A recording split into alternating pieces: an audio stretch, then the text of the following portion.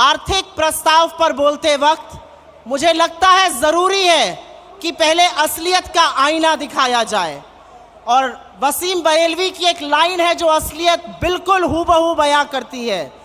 तेरी फाइलों में गांव का मौसम गुलाबी है, ये आंकड़े हैं झूठे, ये दावे किताबी हैं।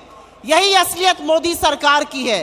और आज जब हमारा 25वां महाधिवेशन हो रहा है, इस महाधिवेशन के वक्त ये देश बेरोजगारी से, महंगाई से, आर्थिक असमानता से, भूखमरी से, कुपोषण से, बढ़ती हुई गरीबी से और अडानी के एक बड़े स्कैम से जूझ रहा है, जिस पर इस सरकार की चुप्पी बरकरार है।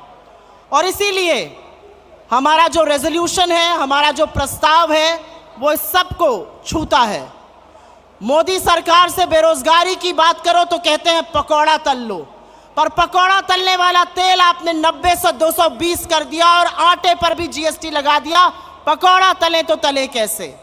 महंगाई की बात करो तो इस देश की वित्त मंत्री कहती है मैं तो लहसुन प्याज नहीं खाती, बाकी देश खाता है। बाकी देश की महंगाई से आपने लगातार कमर तोड़ी है। और इसीलिए जो हमारा इकोनॉमिक रेजोल्यूशन है, जो आर्थिक प्रस्ताव है, वो भारत जोड़ो यात्रा से जुड़ा हुआ है। जब राहुल जी भारत जोड़ो यात्रा कर रहे थे, जब वो कन्याकुमारी से कश्मीर कबीर 4000 किलोमीटर पैदल चल रहे थे, तो वो अजनबियों को गले लगा रहे थे, वो लोगों के आंसू पोंछ रहे थे, लेकिन वो युवाओं के टूटे हौसले इस देश के बिखरे सपने को भी बटोरने का, जोड़ने का काम कर रहे थे। और वही हमारी रेजोल्यूशन का पार्ट है। हम आर्थिक असमानता कम करने पर प्रतिबद्ध हैं, हम भुखमरी को खत्म करने पर प्रतिबद्ध हैं, हम रोजगार बनाने पर प्रतिबद्ध हैं, हम महंगाई को नियंत्रण में लाने पर प्रतिबद्ध हैं। मैं आपसे पूछती हूं, जो महंगाई की बात करते हैं, प्राइम मिनिस्टर से बात करो या मंत्रियों से बात करो, तो वो ऐसा सच्चाई से पलड़ा झाड़ लेते हैं, उनको महंगाई का आईना दिखाओ तो आंखें मूंद लेते हैं, और प्रधानमंत्री तो मुंह में दही जमा लेते हैं, वही दही जिस पर उन्होंने जीएसटी लगा दिया है। यह देश महंगाई से जूझ रहा है, इस देश की आय कम हुई है, बेरोजगारी ज्यादा, और इसीलिए महंगाई एक बहुत बड़ी भयावह समस्या हमारे सामने बनकर खड़ी है। क्या कुछ किया नहीं जा सकता है महंगाई को लेकर? बहुत कुछ किया जा सकता है। क्या महंगाई खत्म नहीं हो सकती है? क्या पेट्रोल डीजल का दाम नियंत्रण में नहीं आ सकता? आ सकता है। लेकिन यह सरकार मुनाफाखोरी करना चाहती है, ये पैसा बनाना चाहती है, आपकी जेब पर डाका डालना चाहती है, इसलिए महंगाई को खत्म करने का नाम नहीं ले रही। मैं आर्थिक असमानता पर बात करूंगी। 1% देश के पास 40% संसाधन है। 1% देश के पास अगर 40% संसाधन है, तो अडानी जी के महास्कैम के बारे में कौन बात करेगा? एक व्यक्ति जिसको आपने 609 नंबर से दूसरे नंबर पर लाकर विश्व के सबसे अमीर लोगों की सूची में बिठा दिया, आज वो आक्षेपों के घेरे पर हैं। उनके ऊपर गंभीर आरोप है, उनके ऊपर आरोप है स्टॉक मार्केट में हेरा फेरी करने का, उनके ऊपर आरोप है पैसा बनाने का, उनके ऊपर आरोप है बेनामी संपत्ति का।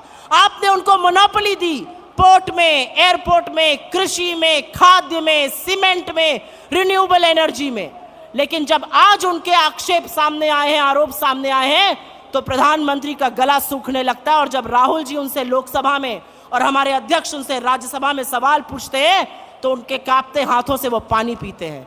लेकिन एक भी संस्थान उनके खिलाफ एक्ट नहीं करता है। कहां है सेबी, कहां है आरबीआई, कहां है डायरेक्टरेट ऑफ रेवेन्यू इंटेलिजेंस, कहां है ईडी, कहां है इनकम टैक्स, कहां है एसएफआईओ, कहां है एमसीए? एक शब्द नहीं बोला जाता है अडानी के खिलाफ। दुनिया भर के संस्थान, दुनिया भर के मार्केट्स, दुनिया भर के बैंक उनके खिलाफ एक्शन ले रहे हैं, लेकिन हमारे देश में उनके खिलाफ एक्शन नहीं लिया जाएगा। और मैं उत्तर प्रदेश से आती हूं, और वहां पर एक लाइन है, जब सैया भय कोतवाल तो डर काहे का, और यही असलियत है। एक व्यक्ति एक्शन लेने को तैयार नहीं है। डाउ जोन्स और एसएनपी एक्शन ले रहा है, स्टैंडर्ड चार्टर्ड एक्शन ले रहा है, क्रेडिट स्विस एक्शन ले रहा है, सिटी बैंक एक्शन ले रहा है, यूके का रेगुलेटर एक्शन ले रहा है, लेकिन हम एक्शन लेने को तैयार नहीं है। और इसका खामियाजा ये देश भुगत रहा है।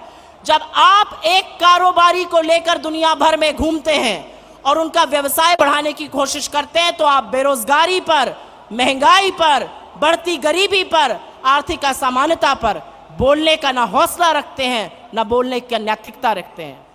बहुत लंबी बात नहीं करनी है। यहाँ पर मैं ये ज़रूर कहूँगी कि हमारी जो चुनी हुई सरकारें हैं, चाहे वो राजस्थान हो, हिमाचल हो, छत्तीसगढ़ की सरकार हो, लोगों की बात सुनती है और उसी के बल पर हमारा नीति निर्माण होता है। चाहे ओल्ड पेंशन स्कीम हो जो हमारी तीनों सरकार ने करी, या चाहे अर्बन मनरेगा हो, या हेल्थ की व्यवस्था हो, या न्याय स्कीम जो छत्तीसगढ़ ने लॉन्च करी, यही हमारा खाका है, यही हमारा प्रारूप है।